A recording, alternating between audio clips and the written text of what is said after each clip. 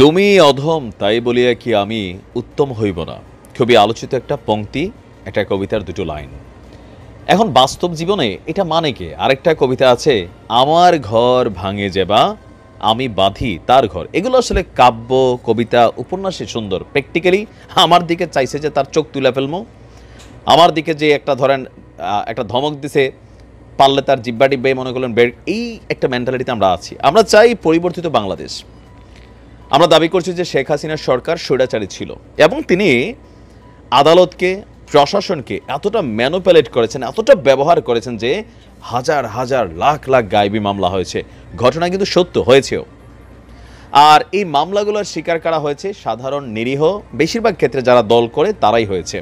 এখন এই যে দীর্ঘদিনের জ্বালা এবং ক্ষোভ, সেই ক্ষোভটাকে কিন্তু আন্দোলনে পরিণত করে আপনার শেখ হাসিনার সরকারের রাজনৈতিক পতনটা এককভাবে কোনো দল করতে পারেনি। বৈষম্য বিরোধী ছাত্র আন্দোলন করেছে। এখন এই আন্দোলনের পরেও বাংলাদেশে মব জাস্টিসের নামে অথবা মামলার নামে একটা ব্যাপক খেলা কিন্তু শুরু হয়ে যাচ্ছে, অলরেডি গেছে। ওই কোথাকার কোন বাদী, সে কিন্তু মামলার আসামিরে চেনে না, সাক্ষী বাদীরে চেনে না, সাক্ষী আসামিরে চেনে না। এই ঘটনাগুলো প্রত্যেক এলাকায়, আপনারা নিজস্ব এলাকায় দেখছেন। এই যখন পরিস্থিতি, এই পরিস্থিতিটাতে এই মুহূর্তে সবচেয়ে বেশি শিকার হচ্ছে কারা? আওয়ামী লীগ। সোজা হিসাব, আওয়ামী লীগের সাথে নামগন্ধ যাই থাকুক, মামলার আসামি দিলেই নিয়ে নেওয়া হচ্ছে।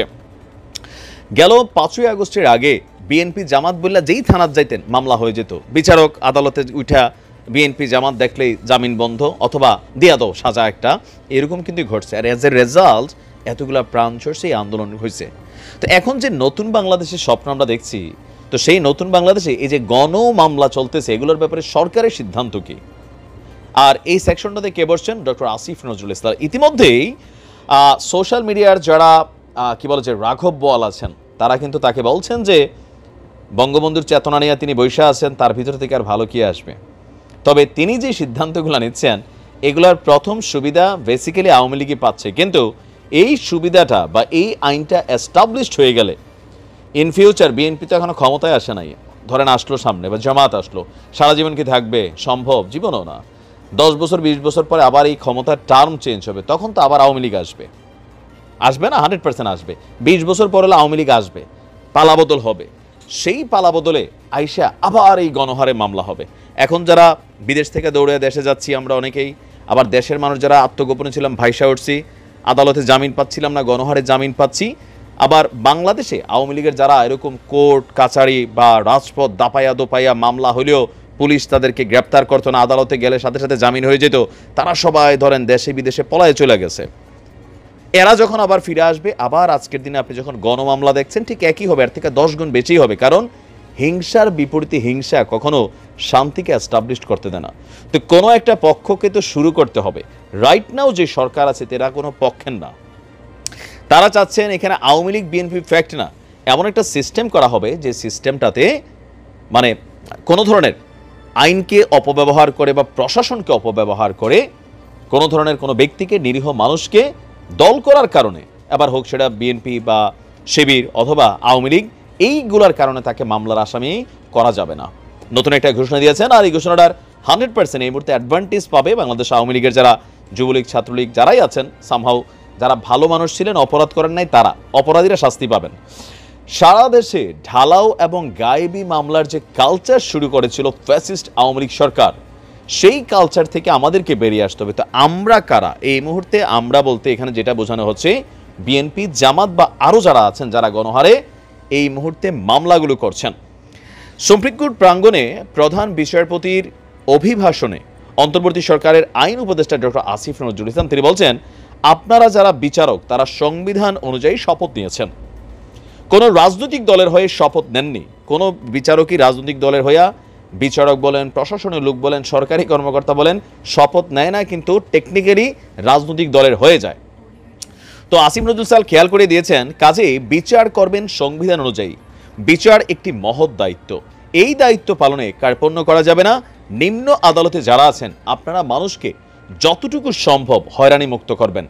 আদালতে আসামির উপর যেন হামলা না হয়, সেই জন্য সকাল 7টায় শুনানির ব্যবস্থা করেছি। আমরা ফেসিস্ট কালচার থেকে বেরিয়ে আসতে যাই এবং আদালত প্রাঙ্গণে কোনো আসামিকে হামলা করা যাবে না। তো এখানে তিনি যেটা বলছেন যে বেসিক্যালি একটা দেশে যতটাই করাপশন থাকুক, যতটাই আইনশৃঙ্খলা পরিস্থিতির অবনতিতে থাকুক, যতটাই মানুষ মামলাবাজ হোক, কিন্তু একটা জায়গাতে গিয়ে সব ঠিক হয়, সেটা হচ্ছে আদালত। আপনার বিরুদ্ধে একজন লোক মামলা করতেই পারে, কিন্তু আদালত যদি এটাকে ন্যায় বিচারে নিয়ে যায় তখন হবে কি, মামলাটা খারিজ হয়ে যাবে। বরঞ্চ যেই ব্যক্তি আপনার বিরুদ্ধে মামলা দিচ্ছে সে আরেকটা মামলা অটোমেটিক খাবে, তার উল্টা পানিশমেন্ট হবে। কিন্তু এইটার জন্য যাদের ভূমিকা অত্যন্ত গুরুত্বপূর্ণ, 3টা সেকশন। নাম্বার 1, যারা এই মামলাটার তদন্ত রিপোর্ট করে। আর এ নিয়ে আইনশৃঙ্খলা বাহিনী পুলিশের হেডকোয়ার্টার থেকে কিন্তু একটা ব্রিফ দেওয়া হয়েছে। কোনটা? যে মামলা হলে গ্রেপ্তার না, ভালো করে রিপোর্ট করতে হবে, তদন্ত করতে হবে, দেন সংশ্লিষ্টতা পাওয়া গেলে তাকে গ্রেপ্তার করতে হবে। তো পুলিশ যদি সত্যি সত্যি এই কাজটা করে, তাহলে আজকের দিনে বিএনপি যতগুলো মামলাতে যতগুলো মানুষে বিভিন্ন জায়গায়, আমি আমার এলাকায় দেখেছি এক মামলার আসামি 300 জন। এর মাঝখানে আমি বেশ কিছু মানুষকে চিনি, তারা আওয়ামী লীগ করতে, কিন্তু ভালো মানুষ, কিন্তু অটোমেটিক মামলার আসামি হয়ে গেছে। আবার একই দৃশ্য ছিল আওয়ামী লীগের আমলে, আমার বিএনপি ভাইদের সময়, যে আওয়ামী লীগের আমলে এরকম একটা মামলা দিছে, বিএনপির বহুত মানুষ খালি বিএনপি করতো, এই কারণেই লোকটা মামলার আসামি হয়েছে। তো লম্বা সময় তিনি কষ্টও পাইছেন, ভিতরে ক্ষোভও আছে, সেই ক্ষোভ থেকে কিন্তু এই পাল্টা মামলাগুলো হচ্ছে। বাট এই ধারাটা যদি চলতে থাকে তাহলে বন্ধ হবে কখন? এই জায়গাটারই বন্ধ করতে চাচ্ছে ডক্টর আসিফ নজরুল ইসলাম, যে সিস্টেমটার তো পরিবর্তন দরকার। আমরা বলছি পরিবর্তন চাই, বাট শুরুটা তো করতে হবে। তো শুরুটা এখন যখন এটা শুরু হচ্ছে, স্বাভাবিকভাবে যারা আওয়ামী লীগের দুষ্কৃতকারী তারা কিন্তু কেউ বাঁচার সুযোগ নাই। তবে যারা আওয়ামী লীগ করতেন, এই কারণে শুধু মামলার আসামি হয়েছেন, তারা কিন্তু সবাই জামিন পেয়ে যাবেন। একটা বড় অংশের মানুষ এই মুহূর্তে মামলার আসামি হচ্ছে শুধুমাত্র আওয়ামী লীগ করার কারণে। আর 5ই আগস্টের আগে লক্ষ লক্ষ মানুষ গায়েবী মামলার শিকার হয়েছে শুধুমাত্র দাড়ি থাকলে, টুপি থাকলে, জাতীয়তাবাদী কোনো বক্তব্য থাকলে, বিএনপি থাকলে, প্রোফাইলে একটা খালেদা জিয়ার ছবি থাকলে, মানে এই যে দৌরাত্ম্যপনাটা ছিল, এটা তো আওয়ামী লীগরা আজকের দিনে নিয়ে আসছে ভাই। তাহলে এখান থেকে পরিত্রাণের উপায় হচ্ছে ডক্টর আসিফ নজরুল ইসলামের যে জায়গাটা, আমি মনে করি এটাকে এস্টাবলিশ করা। তবে যারা অন্যায় করেছেন, জুলুম করেছেন, লুটপাট করছেন, বাটপাড়ি করছেন, দুষ্কৃতিকারীরা যারা আছেন, এদের বিচার 100% হতে হবে। আবার আওয়ামী লীগ করছে দেখে তাদের ছাড় দেবে বিষয়টা তা না। মন্ত্রী হোক, এমপি হোক, যেই হোক, প্রত্যেককে বিচারের আওতায় আনতে হবে, তাহলে বিচারের সংস্কৃতিটা চালু হবে। আর নয়তো বিচার হয় না। বড় ক্যারেক্টার হলে, এটা একটা বাংলাদেশে আছে যে আইনকে শাসন করে বড় লোকরা, আর আইন শাসন করে গরিবদের।